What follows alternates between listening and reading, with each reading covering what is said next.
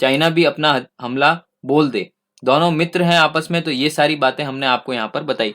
2013 के G20 शिखर सम्मेलन के लिए सचिवालय, भारत के लिए एक सुनहरा मौका यहाँ पर फिर आया है। और अंतर्राष्ट्रीय मुद्दे में देखें तो ये भारत के लिए जीएस पेपर 2 के अंदर आपको बहुत महत्वपूर्ण हिस्सा है, जहाँ पर भारत को शामिल और या इसके हितों का प्रभावित करने वाले समूह और समझौते। G20 के अंदर सदस्य है भारत, उनके सदस्य और G20 सदस्यों का स्थान। मेंस के अंदर अगर देखा जाए G20 के महत्व, G20 भारत की भूमिका, भारत को शामिल करने वाले समूह और समझौते, और या फिर भारत के हितों को प्रभावित करता है, तो इस बात के ऊपर यहाँ पर चर्चा की जाएगी। हाल ही में केंद्रीय मंत्रिमंडल ने सचिवालय बनाने की प्रक्रिया को गति प्रदान की है। 2023 में G20 सम्मेलन के आयोजन के संबंधित मामले की देख रेख कर रहा है। तो भारत में G20 सम्मेलन यहाँ पर होने वाला है।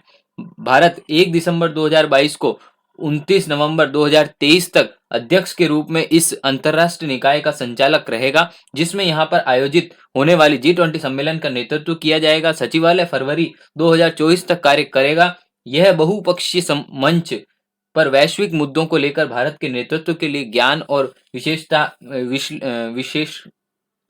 सहित दीर्घकालीन क्षमताओं के निर्माण में सक्षम बनाएगा। इंडोनेशिया ने दिसंबर 2021 में G20 सम्मेलन की अध्यक्षता की थी। ट्रॉयका के बारे में हमने पूर्व में एक वीडियो बनाया था, जिसमें आपको बताया था कि किस तरह से एक देश अध्यक्ष बनता है। तो उससे पहले कोई एक देश अध्यक्ष बनता है, उसके बाद में जो अध्यक्ष बनता है 3 ईयर्स तक यहाँ पर 3 सम्मेलन के अंदर 3 देश, एक ही देश 3 देश की सहायता के लिए बनाया जाता है, और मध्य में जब वो रहता है वो उसकी अध्यक्षता करता है। इसके बारे में हमने पूर्व में आपको बताया था। G20 समूह क्या है? G20 समूह जो है, आप वीडियो भले सर्च करके देख लीजिएगा, आपको यहाँ पर मिल जाएगा। ट्रॉयका से रिलेटेड जो हमने आपके इस चैनल पर स्टडी वाइब एजुकेशन पर आपको मिल जाएगा।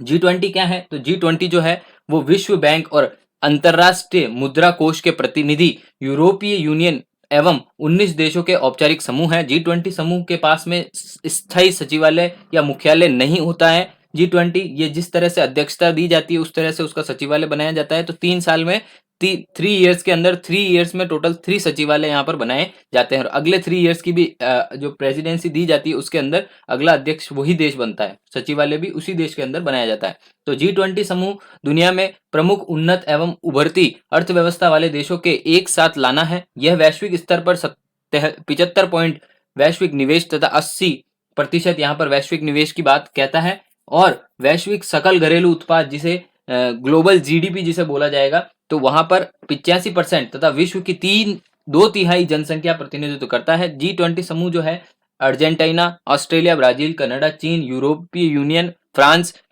Germany, India, Indonesia, Italy, Japan, Mexico, रूस, सऊदी अरब, दक्षिण अमेरिका, दक्षिण कोरिया, तुर्की, यूनाइटेड किंगडम और संयुक्त राज्य अमेरिका यहाँ पर शामिल है। प्रत्येक G20 समूह के प्रतिनिधित्व अपने शेरपा करते हैं जो आप अपने देशों के नेता की ओर से आयोजित योजनाएं, मार्गदर्शन, क्रियान्वयन की आदि की प्रक्रिया बताते हैं। वर्तमान में वाणिज्य और उद्योग मंत्रालय भारत के वर्तमान G20 शेरपा यहाँ पर बनाया गया है। G20 समूह को अगर ग्राफ के अंदर देखें तो कनाडा, यूएस, मैक्सिको, ब्राजील और Argentina, UK, France, Germany, Italy, Turkey, south America और साउथ अफ्रीका, इंडिया, चीन, रूस, Japan, south Korea, Indonesia, Australia, ये इस तरह से सारे देश यहाँ पर G20 के समूह है।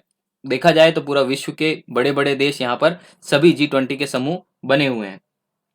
G20 का विकास कब हुआ? तो वैश्विक वित्तीय संकट जब 2007 और 8 में आया था, अकाल जैसी परिस्थिति बनी थी, संकट जो था प्रबंधन एवं समन्वय निकाय के रूप में G20 के प्रतिनिधित्व की मजबूत किया गया था। अमेरिका ने, जिनके 2008 में G20 की अध्यक्षता की थी, वह वित्तीय मंत्रियों और केंद्रीय बैंक के गवर्नरों की बैठक में राष्ट्रीय अध्यक्षों तक बढ़ावा दिया था, जिसने परिणाम स्वरूप G20 का पहला शिखर सम्मेलन हुआ था। वॉशिंगटन डीसी के लंदन एवं प्रिस्टबर्ग में आयोजित शिखर सम्मेलन को कुछ सबसे टिकाऊ वैश्विक सुविधाओं हेतु परिदृश्य तैयार किया था। तो यहाँ पर इसमें सबसे बड़ी बात अगर कही गई थी, कर की चोरी और परिवहन से निपटने का प्रयास किया गया था। राज्यों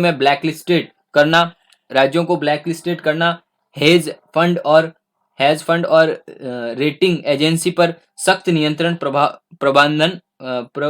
प्रावधान करना, वित्तीय स्थिति बोर्ड और वैश्विक वित्तीय प्रणाली के लिए एक प्रभावी पर्यवेक्षक और निगरानी निकाय बनाना, असफल बैंकों के लिए सख्त नियमों का प्रस्ताव करना, सदस्यों की व्यापारिक आदि अन्य अवरोधों को यहाँ पर रोक लगाने के लिए आदि सारे शामिल थे। कोविड-19 के दस्तक तक G20 अपने मूल मिशन पर भटक चुका था तथा G20 का मूल लक्ष्य की ओर ध्यान केंद्रित नहीं कर पा रहा था। अब G20 में जलवायु परिवर्तन, नौकरियों और सामाजिक सुरक्षा के मुद्दे, असमानता, कृषि, प्रवास, भ्रष्टाचार, आतंकवाद, वित्तीय पोषक, मादक पदार्थों की तस्करी, खाद्य सुरक्षा एवं पोषक विघटनकारी प्रौद्योगिकी जैसे मुद्दों को यहाँ पर शामिल करने तथा सतत विकास लक्ष्य जो है वहां पर पूरा करने के लिए एजेंडे को यहाँ पर विस्तृत रूप से खुद को फिर से स्थायी किया गया है। मतलब बीच में यहाँ पर सारे मुद्दे भटक चुके थे। अब कोविड-19 आने के बाद में काफी मुद्दों पर यहाँ पर चर्चा हो रही है। हाल ही के दिनों में G20 के सदस्यों ने महामारी के बाद में सभी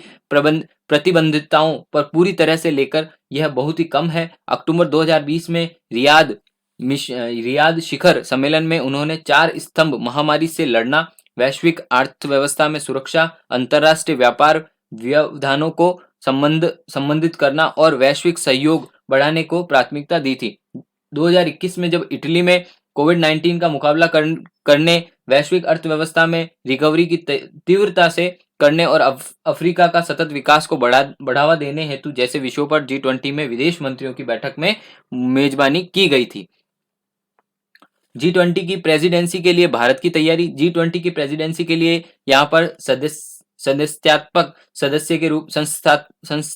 सदस्य के रूप में दुनिया भर में सबसे कमजोर लोगों को प्रभावित करने वाले महत्वपूर्ण मुद्दों में उठाने के लिए मंच का उपयोग किया गया है। लेकिन बेरोजगारी की दर वृद्धि और घरेलू क्षेत्र में गरीबी के कारण इसके लिए प्रभावित ढंग से नेतृत्व करना मुश्किल है। भारत ने G20 देशों के बीच में एकमात्र देश होने के बावजूद मजबूत उदाहरण स्थापित किया है कि 2 डिग्री सेल्सियस के लक्ष्य के मामले में वर्ष 2015 में पेरिस समझौते में अपने वादे से पूरा करने की दिशा में अन्य G20 देशों की तुलना में तेजी से आगे बढ़ रहा है। भारत ने यहाँ पर कार्बन एमिशन को कम करने के लिए 2050 या 2060 तक का समय भी मांगा है। तो भारत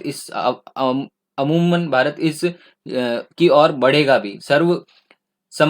समवर्ती के रूप में भारत और फ्रांस ने नेतृत्व वाले अंतरराष्ट्रीय सौर गठन की सफलता को चित्रित करने में भारत की एक नेतृत्वकारी भूमिका और अक्षय ऊर्जा के प्रबंधन में विकास को बढ़ावा देने के लिए दिशा में संसाधनों को जुटाने में एक महत्वपूर्ण हस्ताक्षर के रूप में विश्व स्तर पर प्रशंसित है। भारत यहाँ पर बहुत ही आत्मनिर्भर की बात करता है। भारत एक आत्मनिर्भर की पहल की दृष्टि को वैश्विक प्रतिमान में एक नए भारत के लिए एक परिवर्तनकारी भूमिका की उम्मीद है, जो कि कोविड-19 महामारी के बाद में विश्व अर्थव्यवस्था में वैश्विक आपूर्ति श्रृंखला के एक महत्वपूर्ण वह विश्वसनीय स्तंभ के रूप में उभर रहा है। जिस तरह से कोविड-19 के टीके भारत द्वारा मैत्री प्रोग्राम के थ्रू दिए जा रहे हैं, तो ये भी एक बड़ी उपलब्धता यहाँ पर आ रही है। आपातरोधी अवसंरचना के लिए गठन का भारत का प्रयास है, जिसमें अन्य देशों का अलावा G20 देशों में से भी जो 9 देश शामिल हैं, उनमें वैश्विक विकास प्रक्रिया के नेतृत्व के लिए एक नया आयाम स्थापित प्रदान करता है। आगे क्या होगा, अब वर्तमान में क्या स्थिति रहती है, तो भारत G20 को यहाँ पर स्वच्छ छवि अपने वैश्विक नेताओं की आवश्यक है और वर्ष 2022 में भारत ने अध्यक्ष बनने के साथ ही उनके पास बहुपक्षीयवाद में दुनिया के विश्वास को बहाल करने का अवसर है। अमेरिका के साथ उन उभरती अर्थव्यवस्था को समान वैक्सीन रोल आउट और पेटेंट छूट को G20 की नंबर 1 प्राथमिक बनाना चाहते हैं। मतलब कहने का अर्थ यह है कि अगर कोई वैक्सीन बनती है तो उसका पेटेंट होता है, पेटेंट अगर होता है तो रोल आउट होना चाहिए। रोल आउट का मतलब है आप पेटेंट साझा करें, शेयर करें और उसमें छूट दें पेटेंट में। ये प्राथमिक मुद्दा भारत की तरफ से रखा जा रहा है। और G20 में अंतरराष्ट्रीय संगठन में IMF, OECD, WHO, विश्व बैंक और WTO वर्ल्ड ट्रेड ऑर्गेनाइजेशन के साथ में साझेदारी की मजबूत करना चाहता है और उन्हीं